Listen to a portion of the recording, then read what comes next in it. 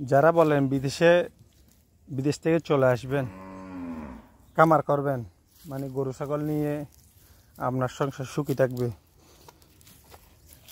দেখেন আসলেই পারেন কি না। গরু পালন তেমন সহজ না, আবার তেমন কোডিংও না, কিন্তু বুঝে শুনে করতে হবে আপনার থেকে।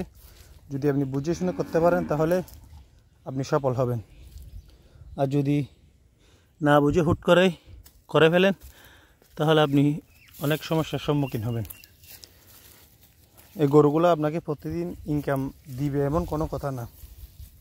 একদিন দিবে, একদিনের জন্য পুরো বছর, সারাটা বছর আপনি ওয়েট করবেন, সেটা মাথায় রাখতে হবে।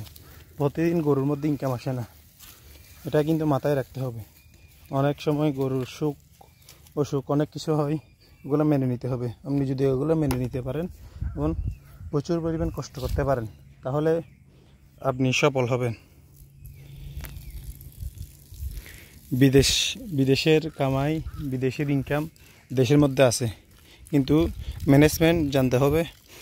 এই যে পুরো 1 বিঘা জমিটা দেখতেছেন, এই জমিটার মধ্যে আমি ওই চারা গাছ রোপণ করছিলাম, ওই দেখেন ওইগুলোও আমার। ওই আমি জমি দিচ্ছি দেখতেছেন, এই গাছগুলো সব আমার। এই জমিটার মধ্যে পুরো গাছ ছিল, এই গাছগুলা আমি গরু দিয়ে শেষ করে ফেলছি।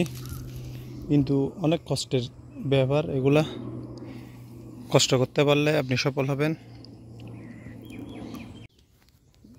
গরু লালন পালন করা কিন্তু সহজ, কিন্তু তার খাদ্য যোগান দেওয়া অনেক কঠিন। আপনি গরুকে যত খাওয়ান না কেন, অনেক সময় দেখবেন আপনার গরুর উন্নতি হচ্ছে না। গরু যদি আপনি পালন করতে চান তাহলে আপনার থেকে প্রথমে চারা গাছ রোপণ করতে হবে। চারা গাছ ওই দেখতেছেন যে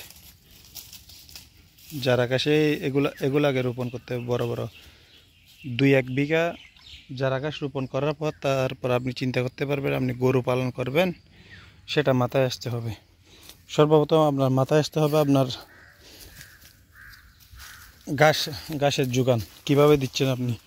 আপনি নিজের জায়গা থাকলে নিজের জায়গাতে আপনি ঘাস রোপণ করবেন। যদি নিজের জায়গা না থাকে তাহলে আপনি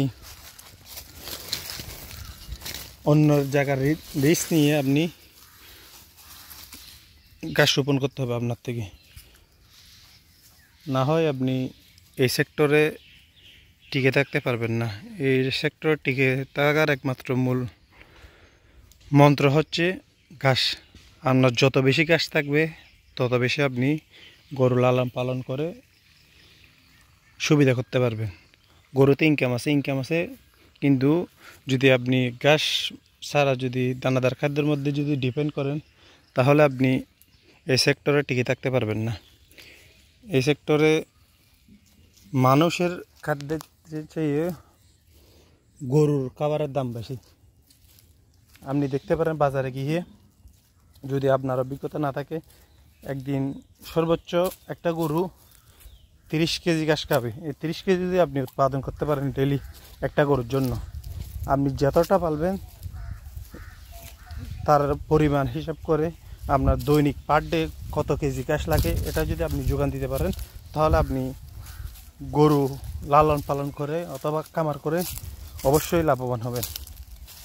যদি আপনি সবগুলা যদি দানাদার খাদ্যের উপর ডিপেন্ড করেন, সবগুলা মানে